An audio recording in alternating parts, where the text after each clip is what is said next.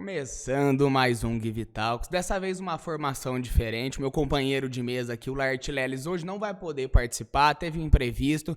Na semana que vem já voltamos com a nossa formação normal. Mas vamos começar o nosso programa de hoje. Estou um pouquinho nervoso, até confesso que nunca fiz nenhum programa sozinho, essa é a primeira vez. E a convidada também me deixa um pouquinho nervosa. Vou falar as especificações, especializações dela. Ela que é formada em comunicação social, pedagogia e agora está indo para uma terceira formação em licenciatura em artes visuais. É sócia proprietária do Clark, que é uma escola de artes e um espaço de exposição que a gente tem também. Uma das principais pessoas que promove a arte e a cultura aqui na nossa cidade, responsável aí também pelas organizações de alguns festivais e eventos que a gente tem aqui, como aqui em São João da Boa Vista, como a Semana Assad, o Festival Assad. E nessa semana, justamente hoje, já está acontecendo. A nossa gravação é feita um pouquinho antes, mas hoje já está acontecendo o evento, que é o World Creativity Day. A gente vai conversar um pouquinho sobre ele. Vocês estão mais do que convidados a virem, né? E a irem também nos próximos dias aí. Fafá Noronha é professora também, já foi minha professora, artista plástica. Seja muito bem-vinda e muito obrigado pela presença. Ai, obrigada, Edu. Muito obrigada por tantos elogios e estar aqui com vocês é mais uma vez um prazer. Obrigada mesmo. A gente que agradece muito e é uma honra pra gente, pra mim principalmente aqui também como ex-aluno, poder estar fazendo essa entrevista aqui. Fafá, antes da gente começar, já ia me esquecendo, falar as coisinhas que eu preciso falar. O Give Talks é uma realização da produtora Jaguari, da Helon Mark e da Octa Soluções. Então procure nossas empresas nas redes sociais, são os próprios nomes das empresas. O nosso estúdio e a nossa produção estão disponíveis caso você queira realizar o seu próprio podcast. E a gente está aberto a apoiadores, então entre em contato caso você tenha interesse. Bom, Fafá, vamos lá, vamos falar um pouquinho da sua vida. Queria saber quando foi que começou essa relação sua com a arte. Dá pra ver não, né? Dá pra ver que você respira a arte, né? Mas quando foi que começou isso aí? Nossa, Edu, acho que... Olha, desde que me conheço por gente. Porque eu sou filha de um artista plástico, né? Meu pai é claro que é um bancário, mas foi uma opção assim mais para poder manter uma família. E para poder casar, ele precisava prestar um concurso no Banco Brasil e manter a vida funcionando, né? Mas sempre, meu pai trabalhava em rádio, né? Ele trabalhou com Lima Duarte, quando ele foi trabalhar na Rádio Tupi em São Paulo, sempre foi muito ligado. Ele, o tio Fabinho, né? Também o irmão dele, que era radialista. E depois essa coisa do meu pai sempre desenhar, pintar também, desde quando ele se conhece por gente. Então, eu nasci num ambiente muito voltado para isso, onde tinha muito livro de arte, onde meu pai tinha um ateliê, onde ele pintava. E eu lembro quando eu era pequena, ele fazia umas lousas, ele comprava uns madeirites, pintava de preto e comprava assim, uma caixa de giz de colorido para cada filha. E era assim, eu entrava em alfa, né? Era minha tarde, era assim, ficar no corredor no quintal da minha mãe e do meu pai, né? Na casa deles, e desenhando o dia todo. Então, isso é uma coisa que eu vivenciei desde pequenininha.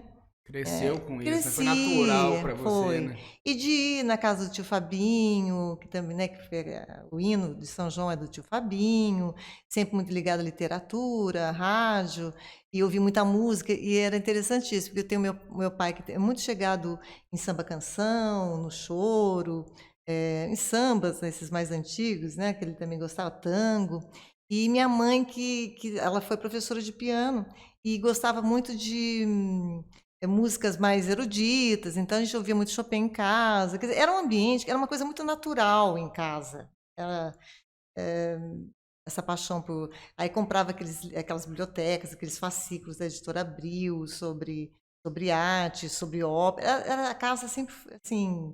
Vivia Vivia isso, era mesmo, uma né? coisa que fazia parte da casa. Não era assim, ai, vou fazer isso porque eu preciso aprender. Não, era uma coisa muito. Era o cotidiano da casa. E como é que foi quando você viu o seu pai, né? Que teve, não sei, né? Mas tinha artes, mas teve também um segundo caminho que ele escolheu. Como é que foi pra você ali quando você tava decidindo? Você falou, não, eu quero ser uma artista, eu quero trabalhar com isso, vou tentar outras coisas. Como é que foi esse momento, assim? Então, eu acho que assim, foi um erro na minha vida, porque eu deveria ter feito artes visuais desde o início. Mas eu não sei por que eu achava que eu gostava muito de fotografia. Adorava o mundo da fotografia, de cinema. Meu pai também é um cinéfilo, então até hoje, domingo, agora da Páscoa, ele veio, Fá, eu vi um filme e tal, e a gente conversa sobre música, sobre cinema. E, então eu achei que eu não era das artes visuais. Eu não sei se eu tenho um pai tão genial, eu achava que eu não estava na mesma altura de seguir o caminho. Sempre gostei de desenhar, mas eu pretendia fazer outra coisa. Aí, quando eu fui fazer testes vocacionais, diziam que eu tinha essa facilidade para fotografia e que eu deveria tentar, então, publicidade e propaganda, que é muito nessa área e tal. E eu fui, e aí acabei prestando vestibular em Campinas, na PUC, passei. E eu gostava muito dessa área.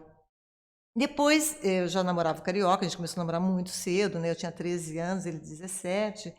Depois de um tempo, quando eu estava com 19 anos, a gente resolveu casar, porque eu ficava em Campinas, ele ficava em São Paulo, e vamos ficar junto. E com isso aí eu transferi a faculdade para São Paulo, para terminar lá. E lá, deixa eu conto o nome do professor, que eu acho que não vai pegar bem, mas não vou contar. É um político, inclusive hoje. Ele Deixa dava aula quieto. de marketing. E ele, quando eu comecei a ver as aulas dele, eu falei, gente, não é isso que eu quero. Não é essa coisa de vender o peixe do jeito que eles falam. Eu não sou dessa linha. E aí eu transferi para a rádio e TV. Aí até eu brincava com meu pai, falava, olha pai, eu tinha que puxar para o senhor em alguma coisa, o senhor também era radialista, então eu preciso ir para essa linha. E eu gostei muito de fazer rádio e TV, enquanto eu estava... Aí acabei não atuando, uma pena. Eu acabei engravidando no último ano da faculdade, que também foi uma alegria, mas aí me viabilizou. Eu queria tomar conta da da Cecília, e não queria ficar naquela vida louca de TV, rádio, né? Então foi isso, acabou mudando. Eu não fiz artes visuais, hoje eu estou fazendo, e foi realmente não sei se eu fui mal orientada, mas sabe aquela coisa de primeira faculdade, que você vai fazendo tudo meio atrapalhado? Parece que na Sim, segunda que você vai pegando o ritmo, né? sei bem. É, não é assim? E sabe o que eu acho também? O pessoal que é de humanas tem essa. Quando você fala, vou fazer medicina, você vai fazer engenharia, você vai fazer engenharia. Humanas é um leque gigantesco de coisas para Sim, você, que te sim. abre um mundo. Acho que muita gente também, é óbvio que todas têm, mas apontando o dedo também. Acho que humanas tem muito do olhar e fala, não, pega um outro caminho aqui, sabe? Tipo, É, usa humanas na exatas, alguma isso, coisa assim. é. E então eu acabei, mas foi bom, foi um aprendizado tanto em Campinas e depois em São Paulo. A faculdade era, nossa, eu estudei na FAAP, né, que tem aquele Museu de Arte Brasileira maravilhoso. Então eu vivia muito o mundo das artes ali também. Foi fantástico poder ter essa vivência lá. Mas aí acabei parando, né, na que eu formei. Eu tinha até um trabalho na TV Cultura, mas aí eu estava grávida, aí eu resolvi tomar conta da Cecília. Uhum. Para mim era essencial ter esse tempo para ter filho. E aí depois a vida mudou, aí acabamos vindo para São João, achamos mais fácil lidar aqui. O cara contou isso também, né? Um Não vou pouquinho. ficar repetindo a história. E aí decidimos, foi sofrido, porque o Carioca tinha só o final de semana, ele ia para São João no final de semana, ou dava um desespero nele, assim, na quarta-feira, então ele saía às 5 horas da Sabesp, corria até São João, só para dormir com a gente, e levantar às 5, 6 horas da manhã e ir para São Paulo. Então, foram uns 4 anos assim. Aí acabei fazendo outras coisas até descobrir, para um convite, eu comecei a trabalhar com a Rô Gonçalves, que tinha um ateliê. Eu já pintava, desenhava, meu pai sempre me ensinando. Eu ficava no ateliê dele, ele falava, aprende a fazer retrato, que eu faço retrato. Então ele me deu todos os macetes Ali assim. então foi sua primeira experiência, Foi digamos, assim, profissionalmente com a profissional. arte. Aí tive uma loja, mas eu não sou desse comércio também, não dá certo. E aí, enquanto isso, eu pintava, fazia retratos, fui aprendendo a fazer retratos. Aí fui trabalhar numa revista, a Interior In, que eu trabalhei também na parte de produção e de marketing, até chegar mesmo à ideia que eu queria ter uma escola de artes. E foi assim, foi uma coisa, as coisas foram acontecendo. Aí já tinha o Pedro também, depois da então era uma coisa que eu conseguia conciliar. E aí eu tive esse momento no ateliê da Rô Gonçalves, que foi para mim assim, enriquecedor. Eu aprendi muito com a Rô, devo muito a ela, muito do que eu aprendi ali, até na questão administrativa de um ateliê. E aí, quando eu abri o meu, eu falei para ela que eu queria ter um espaço meu. E eu tive muita ajuda da Zaida Brianese. Tinha duas pessoas que me ajudaram muito nesse período. Uma foi a Flávia Cassini, do América Idiomas. Ela falou, vai fazendo. Assim, eu ficava muito insegura e ela me deixou bem destemida nessa época. Vai fazendo do jeito que dá, aluga um espaço. E a Zaida também me chamou para dar aula no Acalanto, para ajudar. Foi aí então que Aí começou que a eu sua comecei relação. dar aula. De lá, depois eu já fui para o Colégio Experimental Integrado, né, que a minha vida toda acabou sendo lá, dos meus filhos, né, minha paixão aquele colégio. Eu Para mim é uma queria referência. levantar uma questão, Ah. aproveitando que a gente entrou nisso. Eu queria saber, na sua opinião, né, qual é a importância da gente ter matérias como artes num colégio mesmo, ali durante a nossa formação, ajeitando as coisinhas aqui. Obrigada. Durante a nossa formação, a gente ter matérias que estimulam mais, estimulam a criatividade, a cultura, a arte em si. Qual é a importância?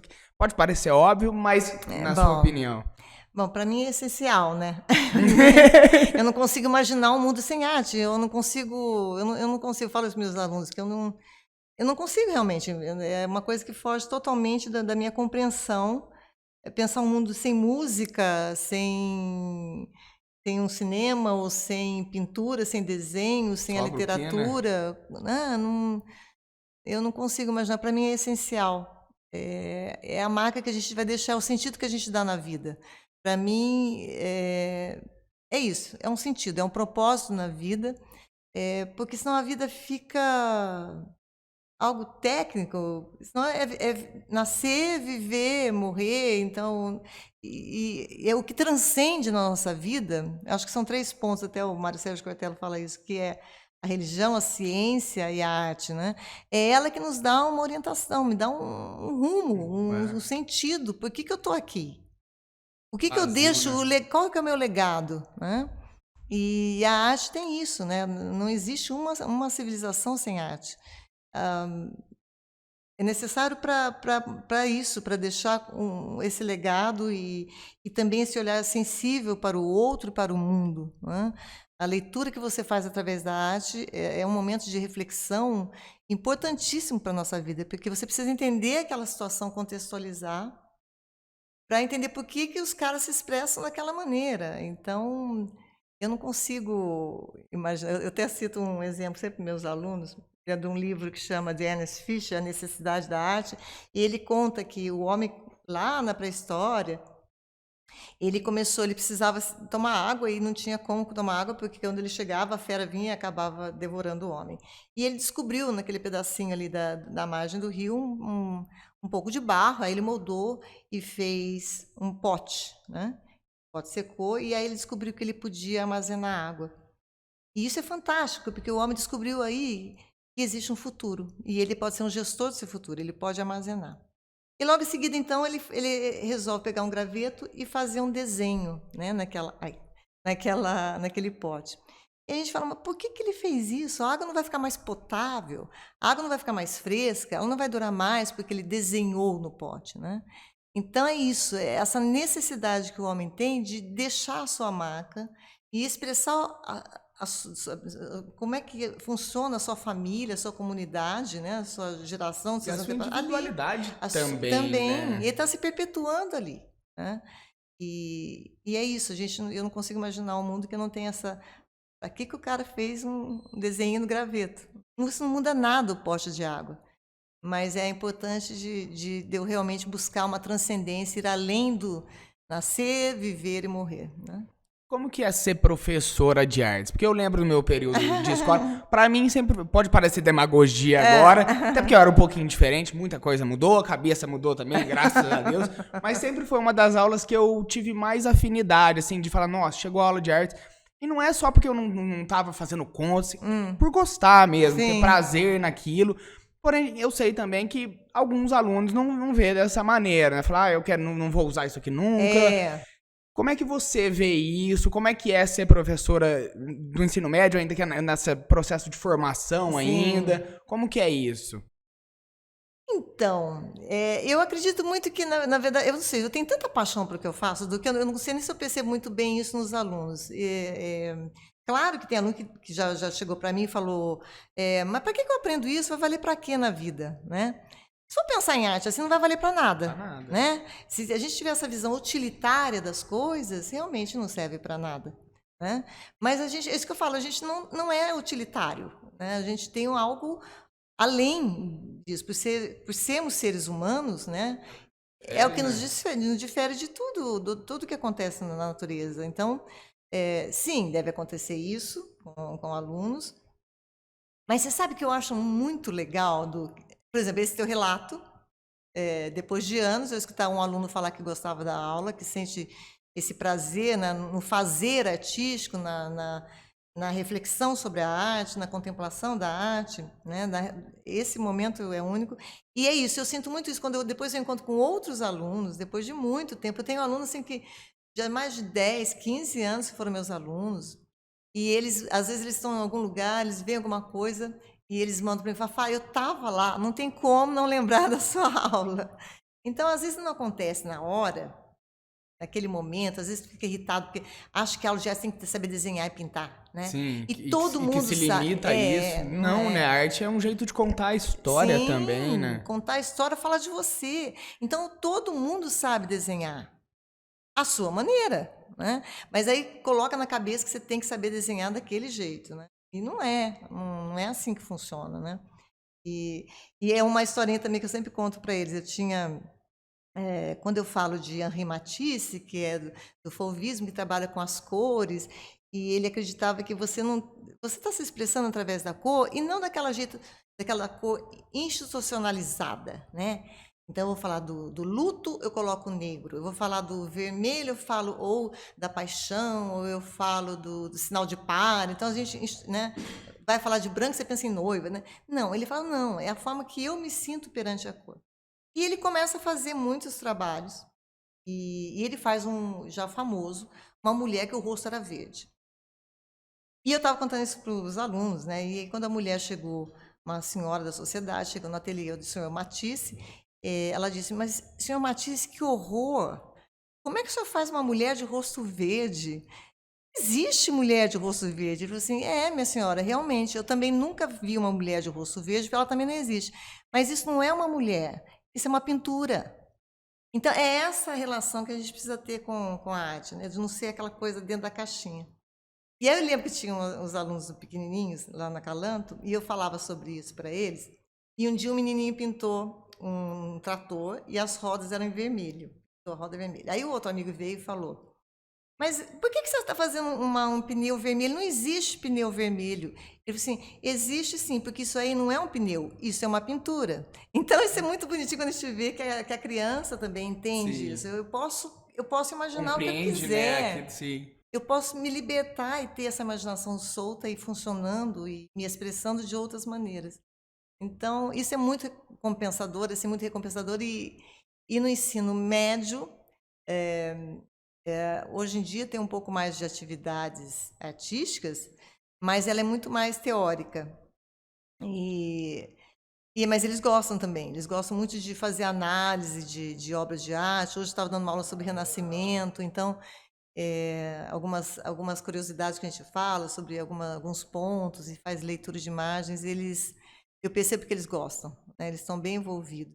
Não só porque vai passar no Enem, não só porque vai passar no vestibular, mas tem uma vontade de conhecer. Claro que tem sempre aquele, né, que...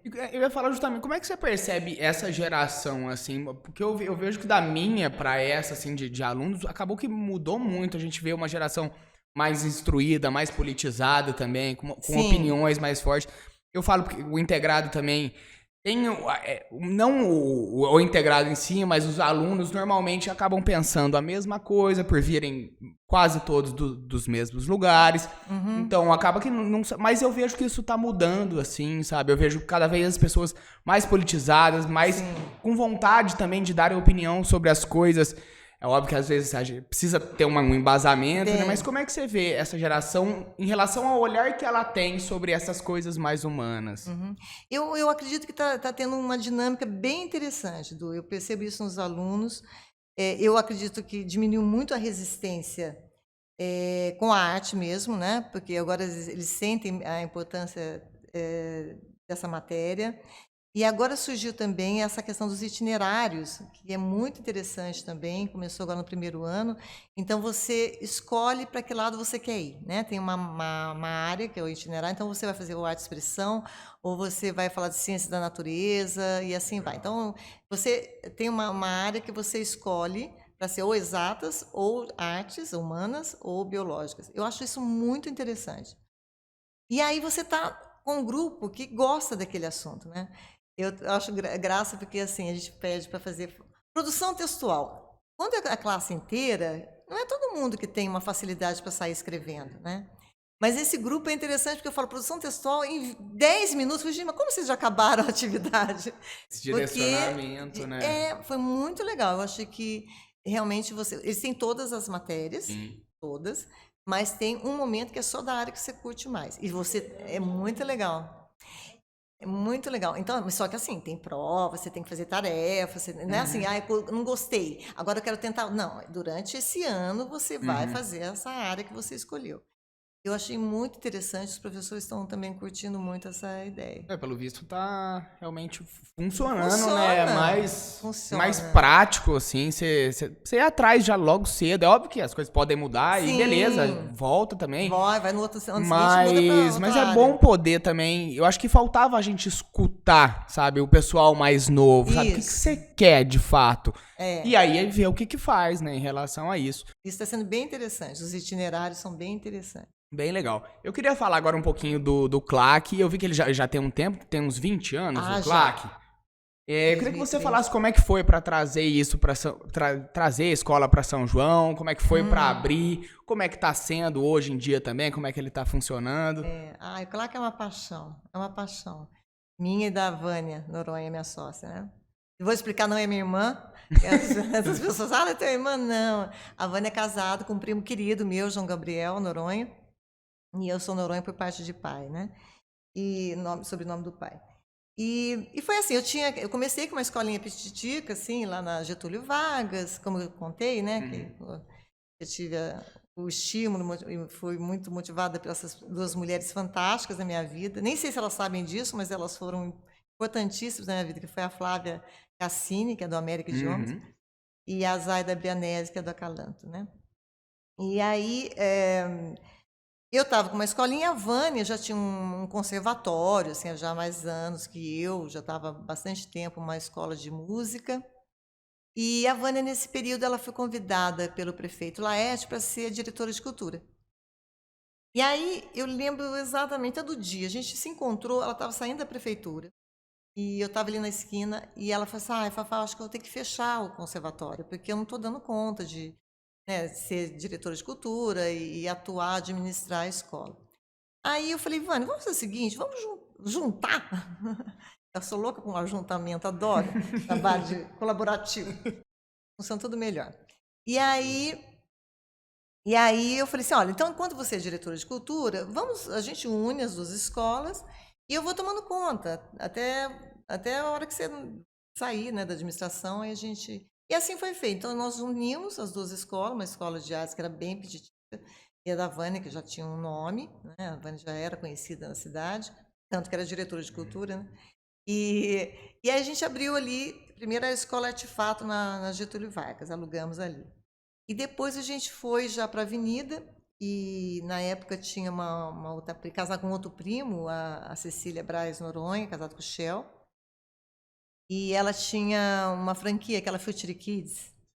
E aí ela falou, vamos juntar mais um tanto bom aqui. Então juntaram, as três mulheres juntaram ali e fizeram uma escola ali na avenida, na casa do seu Walter Mone, ali, uma Uhum. casa Linda. deliciosa, linda, maravilhosa. E ali a gente ficou. Então a gente uniu e aí surgiu o CLAC, o nome de CLAC, o Centro Livre de Arte. Depois a Cecília, essa ideia da escola de informática não continuou. E nós fomos então. E aí aconteceu também que a casa foi pedida. Ele queria voltar para a casa dele, a mulher queria muito voltar para lá, e então, assim, meio que foi uma coisa meio relâmpago. E aí tinha uma casa que era do seu Janjão, ali que eles falam, Amaral, ali do lado do CNA. Meu pai ficou sabendo que ia vender, acabou comprando a casa e aí reformou a casa toda para ter uma galeria, para ter uma sala de artes. E aí a gente está lá, então, acho que desde 2003.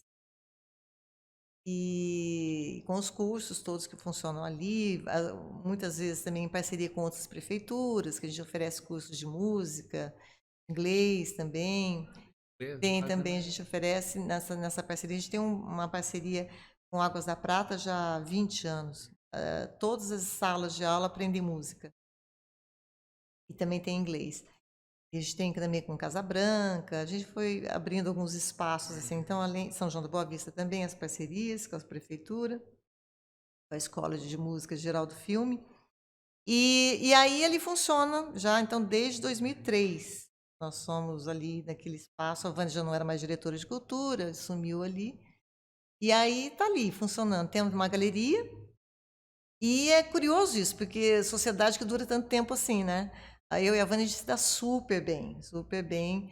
A gente equilibra bem, cada uma na sua área, assim, com muito respeito, muita admiração uma pela outra, então funciona super bem. Eu falo que ela é minha irmã de coração. E estamos lá. E aí começaram a surgir, do CLAC, começaram a surgir os outros projetos todos. Eu acho muito legal nesse meio de vocês, arte, cultura no geral, essa coisa de se abraçar de fato, assim, porque também o resto também normalmente não abraça, então eu acho muito legal que as coisas funcionam. Pô, você não vai vir. O caso de vocês é um pouco diferente, que vocês têm até o apoio de prefeituras e tudo, mas no começo eu imagino que não deve ter sido tão fácil assim, né? Então é muito legal ver como o meio de vocês trabalha junto, assim, sabe? Eu acho que é uma das coisas mais bonitas de ver. E acreditar. Acho que acreditar. Uma coisa que a Vânia fala em tudo que a gente faz. A gente visualiza acontecendo. É uma coisa, não sei como é que funciona isso na cabeça da gente, mas assim, tudo que a gente vai fazer, a gente visualiza acontecendo. A gente passou por muito perrengue no CLAC, muito. Eu lembro assim da gente ir à noite lá para fazer faxina, porque não tinha dinheiro nem pagar faxineiro. Mas a gente acreditava que aquilo ia dar certo. Ou quantos casamentos, porque a gente começava assim, tem muito músico aqui. Eu lembro que foi uma ideia do Márcio Pereira, um querido, trabalhou com a gente, um pianista, que é o regente da banda, Dona Gabriela.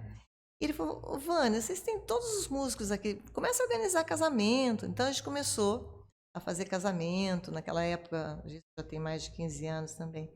E era assim, todo o dinheiro que entrava, vai para pagar a conta do CLAC. Tinha que a gente falava assim, vai pro buraco negro, né? A gente não tinha fim. Mas a gente acreditava que realmente ia funcionar e que a gente teria o CLAC funcionando e se bancando e pagando suas contas. Todas, a gente sempre fez. Mas assim, sobrando, né, um pouco, tendo uma reserva e sempre trazendo muito esses profissionais, que a gente acredita muito neles, para perto da gente. E sem outra coisa também que eu acho que funciona muito bem no CLAC, a gente não tem essa preocupação assim com a concorrência, no sentido assim, não que a gente é poderoso, não é isso. Mas assim, é que muitos dos músicos, todos, acho que a maioria dos músicos de São João, de alguma maneira passaram pelo CLAC, ou pela Vânia, né? E então assim, começam pititicos, assim, crianças, adolescentes, e depois eles são professores do CLAC, e depois eles abrem os seus espaços. Isso funciona super bem. A gente Você nunca. Vê as vidas se formarem ali. Né? E não falar, mas agora a gente vai ensinar uma pessoa e aí ela vai abrir um outro espaço e vai ser um concorrente. A gente nunca viu dessa maneira. Eu acho legal porque eu imagino que não deva ser. Até eu tenho algumas perguntas mais pro final. Você faz quando você é muito novo, sabe? Tá indo lá seus 16. E tem a mãe e o pai, nossa, vai fazer uma engenharia, uma advocacia, você não quer, mas vai fazer uma outra coisa, uma administração. Eu fico imaginando, às vezes, muitos alunos nessa que passaram até o que você passou, de adiar o sonho, né, a vontade. E o papel que o CLAC tem nisso, né, de mostrar não é possível, não vai atrás, tenta, então... parabenizar, ainda bem que vocês acreditaram nisso, porque o CLAC é uma necessidade de São João, como cultura, São João respira isso, né? E muito por conta do que vocês fazem, né? E muito legal a gente ver assim, quantos alunos saíram de ali e prestaram seus vestibulares nas áreas e passaram, sabe, na parte de música, tanto na Unicamp, na USP, ou no Unesp, tanto em desenho, como principalmente na parte musical, que é muito o forte do CLAC. Então, isso para a gente é gratificante ver que existe sim essa possibilidade, é uma profissão, dá para viver de música, dá para viver de artes, né? É só levar isso a sério e monetizar, como diz o carioca, monetizar a sua profissão, mas dá sim, a gente consegue realmente ter um grupo íntegro e muito unido, nós somos muito unidos ali com os professores, e é isso que eu falo, a gente não tem essa coisa, não, mas ele trabalha aqui, não vai trabalhar em outro lugar. Vaidade, né? Não, não. Abrem as portas precisam estar abertas, portas e janelas abertas para receber todo mundo. E quando precisar voar mais alto, que bom que a gente deu esse impulso, a gente estava ali junto. Então, o CLAC realmente é uma alegria, um orgulho para a gente, que a gente faz Professor, lá. eu sei que para você também deve ser óbvio, mas eu queria que. A gente falou da importância da aula de artes, mas pode parecer óbvio também, mas a importância da gente ter escolas voltado a isso, falando agora num contexto um pouco maior, de promover a cultura na nossa cidade. Eu queria que você falasse também um pouquinho das dificuldades que isso envolve. Você comentou que no início teve essas questões, mas falar um pouquinho da importância num contexto mais amplo e também de jovens, né? Da gente estar colocando isso já cedo para as pessoas entenderem o quanto a arte é importante para ela mesmo, né? Sim. Então, queria que você comentasse um pouco a importância da arte num contexto maior e as dificuldades também. Bom, deixa eu ver por onde que eu começo. Bom, eu acho essa questão, né, principalmente desse campo maior, é porque o que precisa mesmo é estimular e motivar que isso aconteça. Hoje estou até lembrando disso, quando eu estava falando na aula do Renascimento, e eles me perguntaram, mas por que tinha tanto gênio no Renascimento? Porque tinha alguém que estimulava, né? Porque se aconteceu isso lá naquela Península Itálica, tantas pessoas maravilhosas, é porque tinha alguém, os mecenas, que bancavam, e isso era importante para a época, né? Então, quanto mais você motiva, estimula e promove, eu fico imaginando quantos gênios nós temos em São João que não foram descobertos, né? Até acho que São João tem uma veia cultural muito forte, e por isso que a gente tem tanto pianista, gente querendo cantar, alunos de canto, por isso, porque é necessário que se motive isso, é necessário que se dê importância e valor a isso, né? E por isso que no Renascimento aquilo explodiu com tanta força. Está precisando explodir um renascimento em outros lugares, né? Porque só falta ser incentivado. Então, quanto mais incentivar, melhor. E também pensar que não é só, também terapêutico, mas é também um grande negócio, né? Quando a gente fala até de lei de incentivo, quando a gente fala em economia criativa, quando a gente faz acontecer um festival Assad, a cidade se mobiliza, né? Então nós temos hotéis que são mais cheios, restaurantes ficam mais cheios, os espaços promovem a cidade. Isso gera lucro para a cidade também, né? Traz um capital para a cidade que é através da arte. E quantos você está empregando nesse momento? Então, desde técnicos de som, de luz, todo o staff que funciona também de designers, nossa, nem sei lembrar todos aqui, assistente de produção. Então, assim, tudo que para acontecer um evento é algo trabalhoso, mas que está realmente empregando muita gente que é dessa área, né? Então, não é só. É muito legal motivar e descobrir talentos, mas entender que motivar e descobrir talentos de uma cidade gera para essa cidade uma economia criativa importantíssima, né? Veja, por exemplo, tem cidades que vivem só disso. Por exemplo, São Tomé das Letras, eles descobriram isso, né? Então, lá funciona dessa maneira. Tem outras cidades por aí que vivem da seresta, que vivem. Ouro Preto é uma que vive. Ouro Preto. Cunha, que é uma cidade muito voltada para cerâmica, né? Então, assim, por que acontece lá? Porque só lá tem ceramista? Não, é porque alguém motivou e estimulou essa economia criativa. Estava querendo lembrar o nome da cidade, esqueci. Essa que tem a tal das Serestas, que é um acontecimento lá. Então, a gente conhece muitas cidades que, quando descobrem que através da arte e cultura você pode. Outra que eu conheço, que eu vou toda hora que eu amo, eu falo que é minha segunda cidade, Tiradentes. Tiradentes tem a todo mês uma atividade artístico-cultural, né? E é uma cidade de 17 mil habitantes, é uma cidade minúscula, né? Mas, assim, descobriu uma maneira de, primeiro, tombar, levar muito a sério o tombamento, né?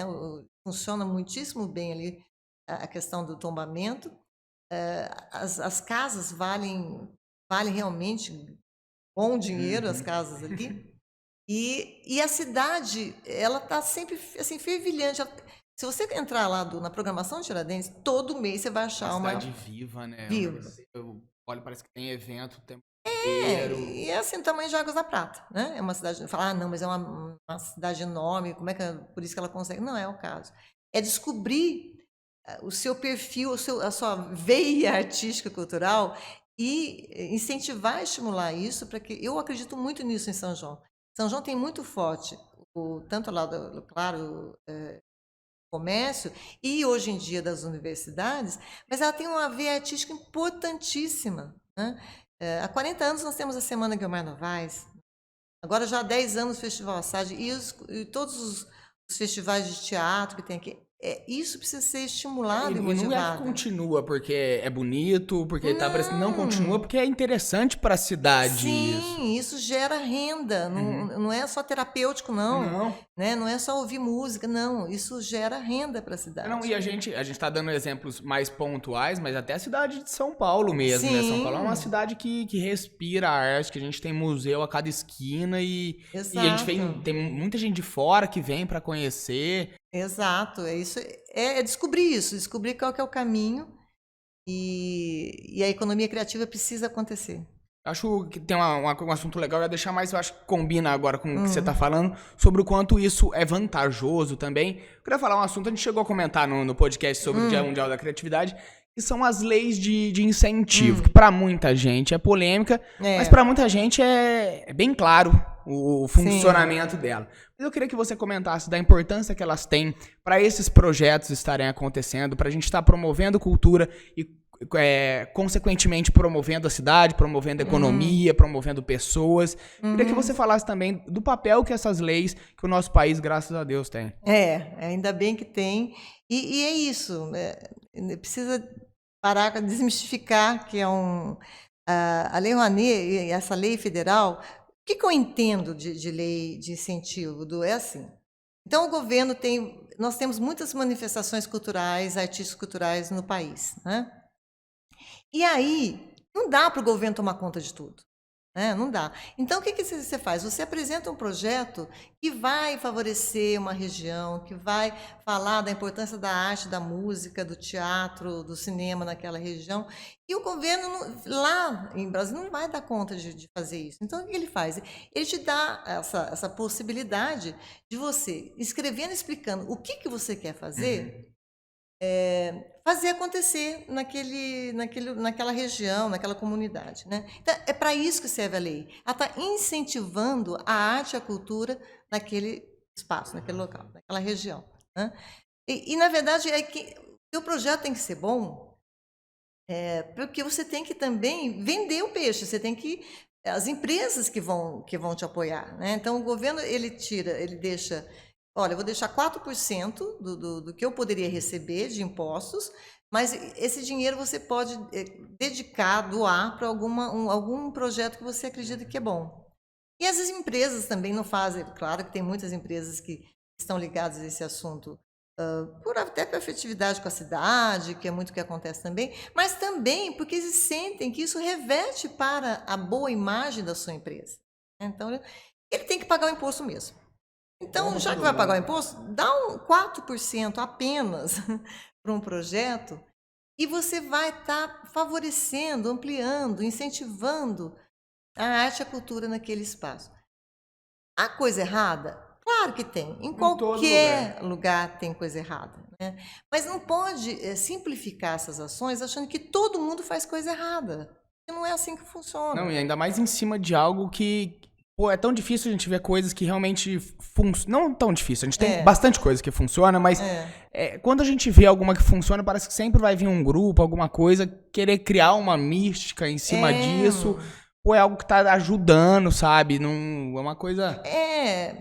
sabe, essa ideia, que eu não sei o que passa na cabeça das pessoas, que a gente, que artista não trabalha. A gente dá um duro danado na vida, gente. Não é assim, não. A gente trabalha e Sim. muito. A gente estuda muito. Assim, a gente se dedica muito à pesquisa. a entender de leis, que é uma coisa que às vezes tem uma certa dificuldade, a gente tem que aprender a mexer com isso. E depois, quando termina o projeto, além de captar, escrever um projeto e ter que captar, você tem que prestar contas. Então, existe muita gente íntegra e honesta que faz isso. Eu posso garantir, eu faço. Porque é tudo com nota fiscal. Claro, isso que eu estou falando. Claro que tem gente que dá nota fria. Claro que tem gente. Isso acontece. Mas não é todo mundo que faz isso. Sim. Corrupção existe em qualquer setor. Né? Não é só favorável a um setor, a todos. Mas a gente não pode colocar todo mundo no mesmo barco e nivelar tudo por baixo, que não é assim que acontece. Né? Então, a lei de incentivo à Rouanet, ela gera uma grandes possibilidades. Fica imaginando a Pinacoteca sem essa verba, o MASP sem essa verba, né? São museus que necessitam disso, né? Além disso, que também não cobre tudo, mas eles têm ainda aquelas empresas amigas para poder colaborar, porque só lei de incentivo... Não... Porque assim, todo mundo acha assim, você foi aprovado? Pronto, dinheiro chegou. Eu ver dinheiro, Nossa, faz o que você quiser. Agora eu consegui, agora foi aprovado, o dinheiro entra na conta. Não é assim, né? Você tem que aprovar. Tem muito projeto que é aprovado e não consegue captar nada. Eu tenho uns projetos que eu conheci aqui de Poços de Caldas, mas são projetos maravilhosos, eles não estão conseguindo captar. Então, assim, aprovado, legal, é o primeiro passo. Depois você tem que captar, e dificilmente você consegue 100%. Depois você tem que realizar, e você tem que prestar conta do que você fez. Então, não é uma coisa tão simples assim, sabe? Não é? E se eu fizer alguma coisa errada, o meu nome fica inadimplente por 5 anos. Eu não posso nem conta de Não banco. É uma brincadeira. Não Você é não uma tá pedindo um brincadeira. empréstimo para ninguém. Não é assim. Então, as leis existem. Tem o nome Rouanet no Brasil, mas essas leis de incentivo acontecem no mundo todo. Por exemplo, no Festival Assad agora, vem um trio de mexicanos, porque o México está bancando esse trio maravilhoso de violão, com passagem aérea e o cachê. Aqui a gente precisa conseguir para eles a hospedagem, a alimentação. Mas o governo lá, federal lá, também, nem sei, é federal, acho que é lá, né? Acho que é. Eles bancam, incentivam o artista. Nós temos 2 grupos, um de colombianos também que tem esse incentivo, e tem também esses mexicanos que vêm com esse suporte financeiro para poder mostrar a arte que se faz na Colômbia, a arte que se faz no México, esse intercâmbio com a gente aqui. Nós participamos também num festival que foi maravilhoso, em 2019. Nós fomos representar o Festival Assad num festival de Amersfoort, um festival de jazz, que era um festival onde todos os produtores, além de ter as apresentações musicais, os produtores, assim, mas da Austrália, Israel, Estados Unidos, Canadá, um mundo estava lá. E o Brasil, orgulhosamente, sendo representado pelo Festival Assad. Esse Amersfoort, que acontece já há vários anos, também era lei de incentivo. Tem um banco que banca esse evento, mas era uma coisa gigantesca. A gente não conseguia nem saber para onde que a gente ia para ver música. E música de altíssima qualidade, que você fica... Sabe assim, um instrumento que você nunca viu na vida, né? Tinha um pessoal hindu tocando, mas com alaúdes. Delira, né? Parece que você tá... Eu falei, não estou nesse mundo, uma cidade minúscula, mas tem leis de incentivo. Então, isso acontece em muitas partes do mundo. Porque é necessário incentivar a arte e a cultura. A arte e a cultura, elas dão essa... Primeiro, eu acho assim, que quando a gente conhece, quanto mais você amplia teu conhecimento, quando você se apropria do conhecimento, você se apropria de você.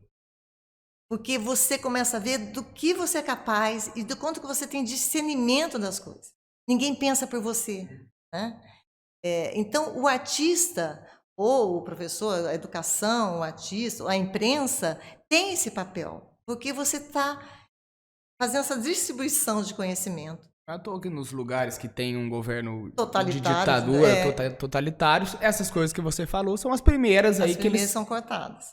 Né? Porque são as pessoas que mais pensam, que estão refletindo e falam assim, peraí, isso aqui que ele falou, na verdade ele está querendo dizer. Né? Porque quando a gente começa, isso que eu falo, se apropriar do conhecimento, você não cai na conversa tão fácil. Né? Você começa a falar, peraí, mas ele está falando isso, mas eu estou sacando que ele não é isso que ele está dizendo, né? É, eu vou com um certo cuidado até para os fake news, eu vou cuidado com as conversas do WhatsApp, porque você lê mais, você busca mais informação, você busca conhecimento, então você cria um discernimento que é importantíssimo. E isso acontece muito através da arte, da cultura. Quando você conhece a cultura do seu país, conhece a cultura dos seus antepassados, quando você conhece a arte do seu país e você tem um olhar sensível para isso, e você consegue fazer conexões que às vezes outras áreas não te dão. E aí te leva um discernimento que é importante. Então, por isso que eu falo que a arte é essencial. É necessário mesmo. É necessário. Assim. Eu falo pelas experiências que eu tive. Eu não sou completamente ligado com arte em si, mas eu acho que muito das minhas mudanças nos últimos anos de pensamento, de coisas que muitas foram criadas por eu viver numa bolha, que é São João da Boa Sim. Vista. Quando eu saí daqui, fui para São Paulo. A gente vai tomando alguns choques, alguns que você fala, para e pensa, nossa, tem total sentido, eu preciso escutar isso mesmo. E no meu caso foi mais especificamente o rap, né, o gênero musical, que meio que me deu uma educação cultural que até aquele momento eu não tinha, assim, sabe? E mudou completamente, sabe? Tudo, ou quase tudo que eu acreditava, a maneira que eu via as coisas. É óbvio que às vezes você vai ficar um pouquinho ansioso com essas coisas, porque a verdade também dói um pouquinho. Mas é prazeroso, né? Saber que você não tá sendo mais uma ferramenta ou algum fantoche, sabe? Dizendo assim. Exatamente. E o rap também passa por tanto preconceito, né, Du? E ele é também tão importante nas comunidades, né? Porque ele traz uma reflexão, uma pegada de reflexão importantíssima. E assim como o grafite, o rap, né, eles trazem um preconceito, né? Como se fosse algo de profano, algo porque não é dentro da cultura ocidental, clássica, aceita, acadêmica, né? E é de uma importância nas comunidades onde ele atua, né? Exato. Precisava ser ampliado mais, o tal do rap por aí. Né? Não, graças a Deus, eu acho que o bom do rap é que ele é incisivo. Então, verdade. Às vezes é pau e pedra mesmo, assim, sabe? Que às vezes tem situações também que pedem um pouco isso. Então, eu acho que por ser assim, ele acabou ganhando um espaço muito grande. A gente tem hoje, nos Estados Unidos, passou o rock como gênero mais escutado. No Brasil, a gente vê também cantores cantando em festivais aí de fora. A gente não é rap em si, mas o funk que tá ligado também aí. O hip hop que é importantíssimo. Com a Anitta no festival de Coachella, mostrando pro Brasil um pouquinho, mostrando pro mundo um pouquinho do Brasil, incrível, assim. Né? E pode falar mal, é o Brasil aquilo lá, sabe? As nossas origens. Você pode até não gostar do que ela canta, mas você não pode se recusar a acreditar que ela é um sucesso e o tanto que ela faz acontecer, né? Sim. E essa pegada dela entrar no mototáxi, gente. Rapazinho, com a roupinha amarela, igualzinho. Nossa, que coisa. Ela então, levou a gente pra ele, sabe? Eu acho que falta, porque o Brasil também tem muito... É óbvio que muitos países conseguem ver o Brasil como ele é, mas a gente também tem um pessoal que vê a gente de uma outra maneira. Sim, sim. E são essas pessoas, né? Através da arte, mais uma vez, da cultura, da música, que a gente desmistifica, que a gente mostra o que a gente é, né? A voz de liderança de Anitta é essencial hoje em dia. Rafael, eu queria falar um pouquinho dos festivais. A gente comentou da organização, da dificuldade, que é isso aí também. Queria falar especificamente da Semana Assad, do Festival Assad. Queria saber como que foi para organizar a primeira vez, há uns anos atrás. O porquê que também ele foi criado. Contar um pouquinho dele de uma maneira geral também. Então, a gente... Deixa eu ver, como é que a gente começou essa história? Um bate-papo em casa, assim, foi uma conversa muito tranquila.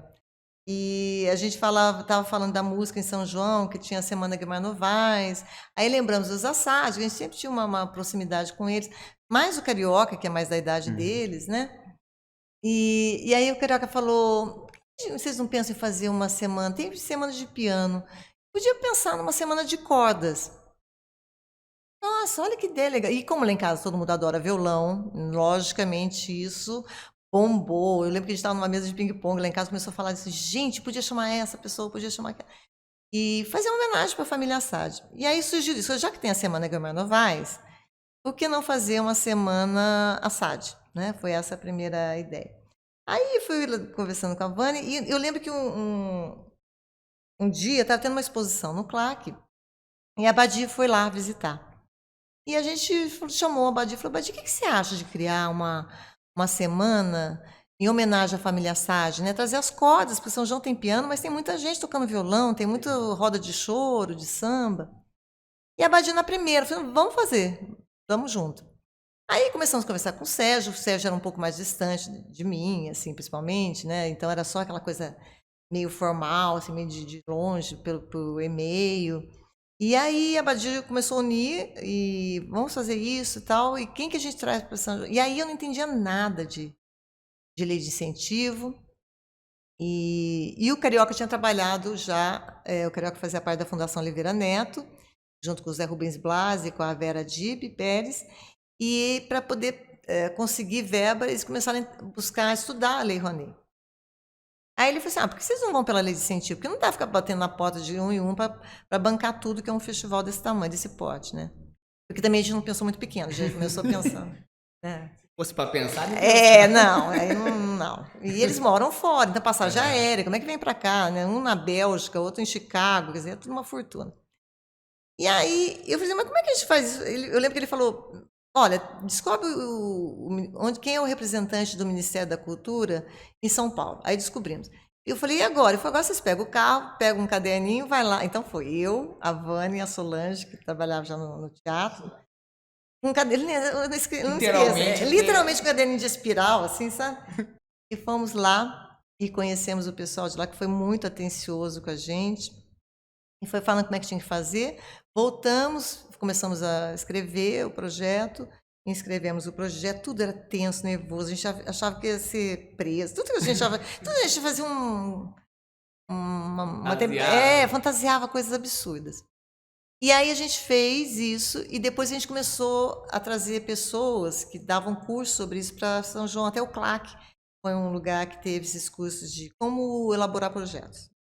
Tem que aprender, não tem outro jeito. E aí a gente conseguiu escrever em 2010, a semana chamava Semana Sade. Semana Sade, já estava trabalhando ali com a MIT também, então já foi pela MIT na época. E foi feito lá, a gente fez a inscrição na Rouanet e descobrimos nesses cursos que existia um tal do PROAC CMS, que era a Lei de Incentivo Estadual. E a gente escreveu, colocou nas duas leis. Qual não foi a nossa surpresa? Que nós fomos aprovados nas duas leis, na primeira vez que a gente escreveu. E a gente ficou: que máximo! Gente, foi uma comemoração, a gente ficou tão feliz, como é que a gente conseguiu isso? Só que aí, é o que eu falo, tinha captação. Né? E o primeiro ano, quem que acredita em você? Né? Quando depois você tem o segundo, terceiro ano, tudo bem, mas o primeiro Nossa, Du. Aí, eu lembro que no final do ano, teve a Autocan, ficou sabendo na época, quem foi até com a gente lá foi a Helenice, era vice-prefeita. Não, eu conheço o pessoal lá, vamos lá que eu falo com vocês. Entrou uma verba. A gente ficou animado, achou que ia começar todo final de ano e bombar, né? Nada. A gente não conseguiu realizar. Mas aí no ano seguinte a gente continuou buscando captação. Então, depois de um ano, a gente conseguiu fazer. A única tristeza nossa é que foi no ano que o seu Jorge faleceu. Então, ele não teve presente no primeiro festival, na primeira semana. Mas foi de uma comoção, porque eu lembro que no dia da semana começar, saiu assim, uma página inteira no Estadão, com o texto do Júlio Marias, falando ele contando a história da família Sade. Eu lembro que eu fui, antes era a Letra Viva ali, né? Eu lembro que eu levantei de manhã e ia lá pro teatro, eu fui lá, comprei o jornal, eu sentei na página, eu chorava. Eu falei: gente, eu não tô acreditando que a gente conseguiu uma coisa dessa. Mas é pra essa reação mesmo. Eu falei: não é possível que a gente deu conta. E aí a gente fez, e o primeiro festival lotava, era uma briga para entrar, e não podia ter mais de 720 lugares. Foi um sucesso. E assim foi, durante 3 anos. Aí ele começou a ficar internacional. E aí a Abadia e o Sérgio falavam: não dá para ser semana. E semana não rola nos Estados Unidos, é Wiki, não vai dar certo. Então eles falaram: vamos pôr o nome de festival, que festival é festival em qualquer lugar. Então, por isso que a gente mudou o nome para Festival Sade. Porque ele começou a ficar internacional, né? Então, ele tem quantos anos já? 10 anos. Estamos 11º agora. E ele realmente, ele tá bem... E o que é mais legal, porque a gente tem a proposta era ter os shows, mas ter muito esse perfil da família, do seu Jorge, que a vida inteira ensinou. Violão, cavaquinho, bandolim. Então, que não era só um evento. O que ficava depois que as pessoas iam embora, que os artistas iam embora. Então, a ideia era que, ele é assim até hoje, que tem oficinas no Masterclass.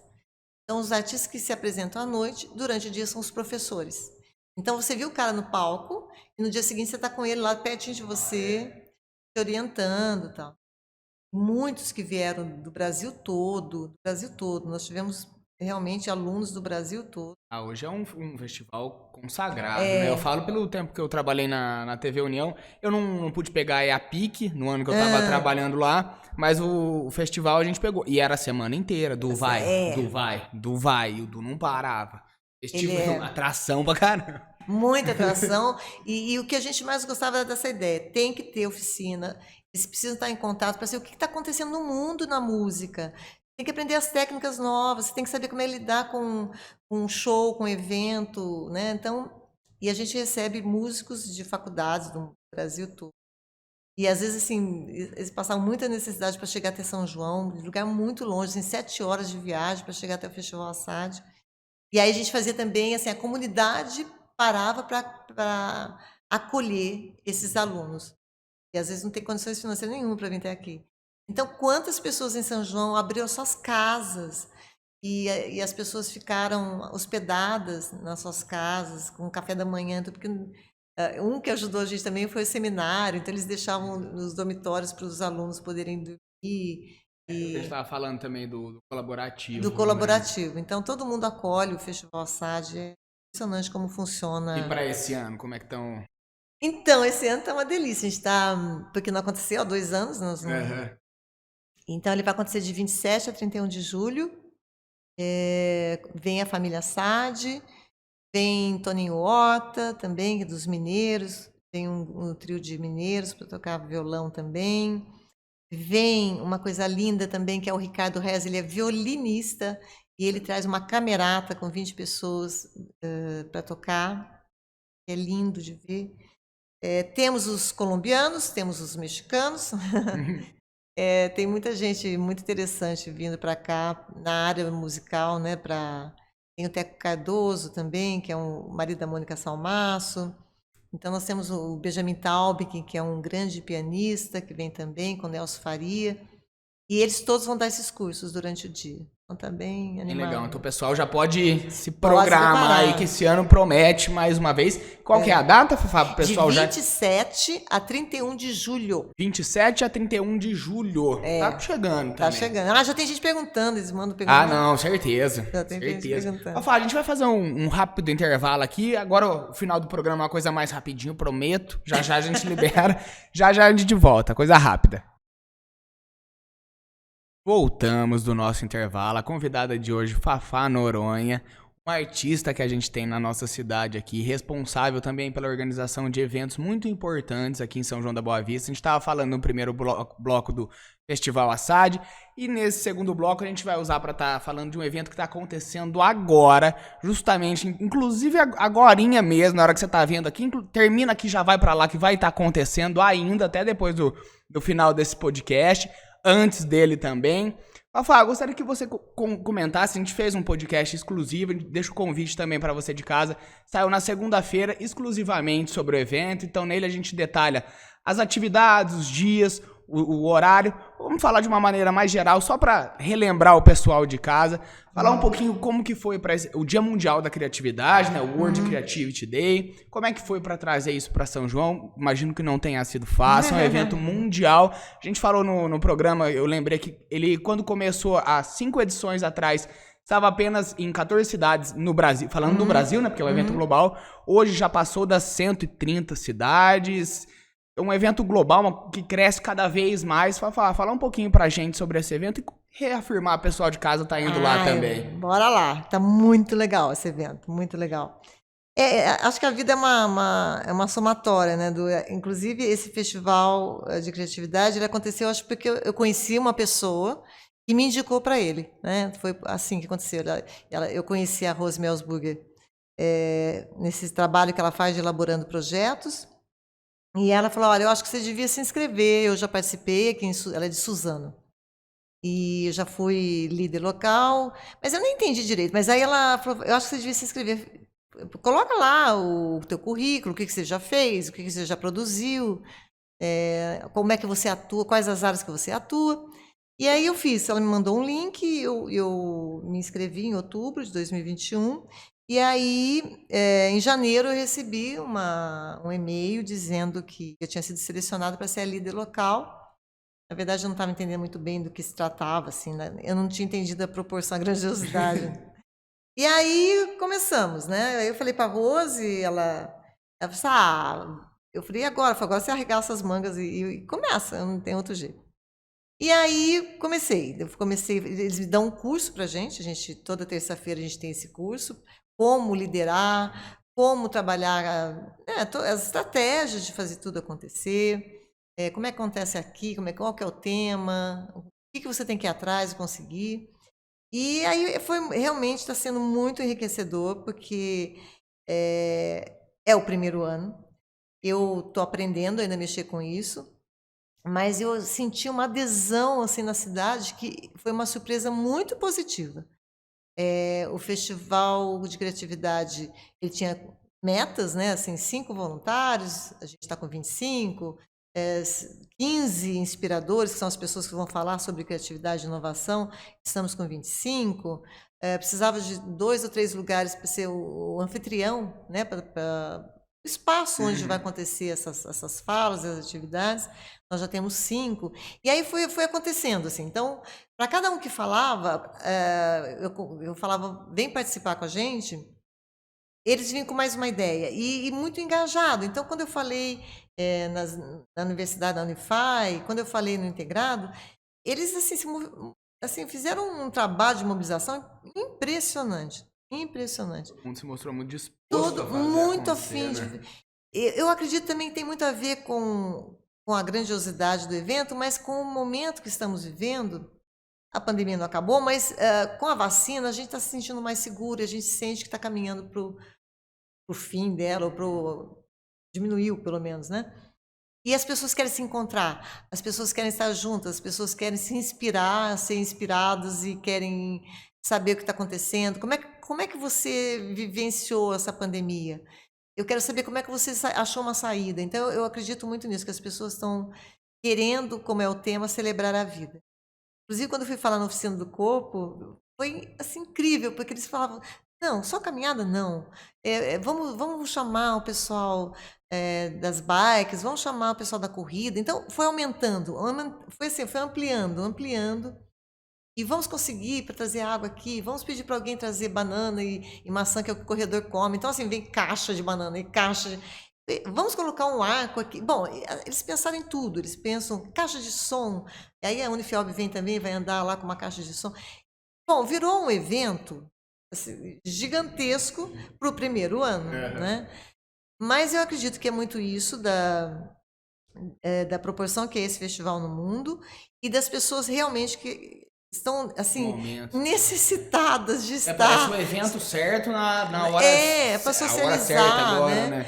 Então vai ter a Feira Juntou também. Então as pessoas estão achando lindo ter a Feira Juntou. Já teve agora dia 8 e 9 de abril e agora dia 21, né, amanhã, a Feira Juntou acontecendo assim com 82 pessoas assim, expositores querendo participar, querendo fazer acontecer. Então, eu sinto que a comunidade se uniu com vontade de fazer acontecer. A mídia, né? A produtora Jaguari com a gente, vocês estão fazendo um trabalho incrível também, então, incrível mesmo, todo mundo elogiando muito o trabalho da produtora. Jornal Município, Jovem Pan, a FM 92, né? A TV União, então todos se uniram e estão muito engajados e motivados a participar. Isso foi uma surpresa muito, muito boa.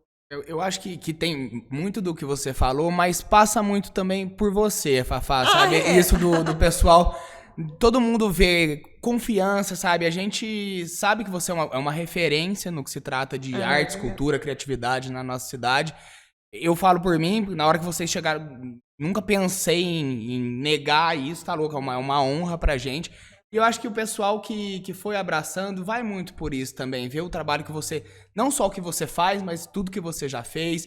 É. Tem o Fábio junto também na organização, tem um pessoal que veio junto, muito por sua causa também. Então, parabenizar por esse Muito evento. Ele obrigada. deve estar sendo um sucesso, tá acontecendo agora já. Acabando aqui, vai lá pra FAI, que eu sei que no período da noite agora é na FAI, vai ter a palestra da Cacá Navarro, vai ter muita 9h30 da coisa. noite é a doutora Cherry. Acabando aqui, já corre pra lá, se você não tiver ido ainda. Amanhã também vai ter essa... Vai ser mais do que uma caminhada, né? Pelo que eu tô entendendo. Vai ser uma mobilização aí. Pra celebrar a vida. Veja certinho as atividades. No Instagram da Fafá, que é Fafá Noronha. No do Fábio, que é Fábio Nogara. Ou no do World Creativity Day também. Você encontra as atividades, tudo que vai acontecer certinho. Fica o convite aí. Na sexta-feira as atividades vão ser online. Então também é mais uma possibilidade de você estar participando. Fafá, para finalizar agora mesmo. A gente sabe que o nosso público tem um pessoal que é mais velho, mas tem um público jovem também. Eu queria voltar um pouquinho naquilo que a gente estava falando no começo do programa, sobre alguns jovens que estão vivendo a situação, nossa, eu não sei se eu sigo o caminho da música, se eu sigo o caminho da arte. Eu não quero nem pedir conselho, nada assim, eu queria saber de você, como é ser alguém que luta, que promove, que briga pela arte, pela cultura.